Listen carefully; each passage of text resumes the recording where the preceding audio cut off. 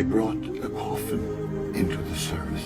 This man had died in a car accident. His name was Daniel Ekechukwu. And his wife had the faith to bring him in an ambulance after 3 days in the mortuary. I was in Nigeria, in Onitsha. I was to dedicate the church. And then, while the service was going on and I was preaching, there was a commotion at the back. A lady had arrived with her dead husband in a coffin. She wanted to bring it right here in front of me. But the ushers, they made a big fuss. They wouldn't allow it. I was already in the middle of my message. After long discussion, they said, put the dead man in the basement. That's close enough.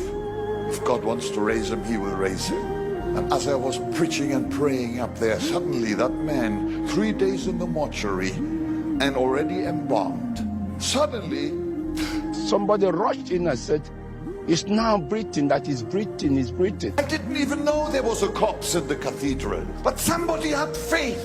That wife had faith. Hebrew 11:35, women receive their dead bodies to life. So the moment I read this place, that night, when I remembered all these things, I said, no, it cannot happen. I must do something to prove God again. On Saturday, while we were sleeping in the night, the wife of my son, for I took him to the mortuary. The woman said that the husband is disturbing her, that they should carry her to Onitsha for Reverend Bucky. She said, God spoke to me, God spoke to me, God spoke to me. They couldn't get rid of her. They offered her the basement. But it doesn't matter to Jesus. We rushed to this St. Eunice clinic and met Dr. Jose, thoroughly examined him and said he's off. But it's better we remove him and put him to the mortuary. I was told he was involved in a motor accident at Onitsha. When I examined him, I looked at the chest. There were no respiratory movements. I listened with the stethoscope. There were no breath sounds. I tried to look at the heart, the cardiovascular system. There were no heart sounds, and the patient had no pulse. I looked at the eyes. The pupils were fixed and dilated.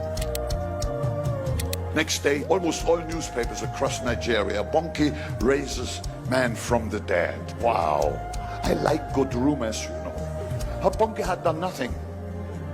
It was the handiwork of Jesus, who is the resurrection and the life. Brake of my car failed.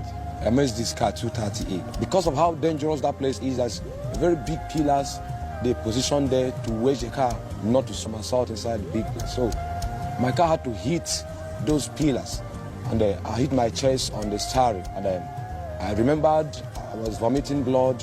Blood was coming out of my nose. I remembered they brought me out of the steering. That was all I could